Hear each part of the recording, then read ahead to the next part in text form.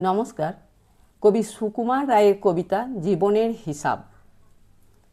বিদ্যে বোঝাই বাবু মশাই চড়ি শখের বোটে, মাঝিরে কন বলতে পারিস সূর্যি কেন ওঠে, চাঁদটা কেন বাড়ে কমে, জোয়ার কেন আসে।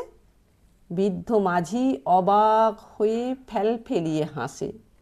বাবু বলেন, সারা জনম মরলি রে তুই খাঁটি, জ্ঞান বিনা তোর জীবনটা যে চারি আনাই মাটি। খানিক বাদে কহেন বাবু, বল তো দেখি ভেবে, নদীর ধারা কেমনে আসে পাহাড় হতে নেবে। বলতো কেন লবণ পোড়া সাগর ভরা পানি। মাঝি সে কয়, আরে মশাই অত কি আর জানি। বাবু বলেন, এই বয়সে জানিস নেও তা কি, জীবনটা তোর নেহাত খেলো অষ্ট আনাই ফাঁকি।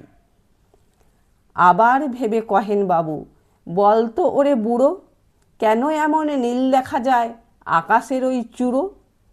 বলতো দেখি সূর্য চাঁদে গহন কেন লাগে। বৃদ্ধ বলে, আমায় কেন লজ্জা দিছেন হেন। বাবু বলেন, বলবো কি আর, বলবো তোরে কি তা, দেখছি এখন জীবনটা তোর 12 আনাই বৃথা। খানিক বাদে ঝড় উঠেছে, ঢেউ উঠেছে ফুলে, বাবু দেখেন নৌকাখানি ডুবলো বুঝি দুলে। মাঝি রে কন, এ কি আপদ ওরে ও ভাই মাঝি, ডুবলো নাকি নৌকা এবার, মরবো নাকি আজি। মাঝি শুধোয়, সাঁতার জানো। মাথা নাড়েন বাবু।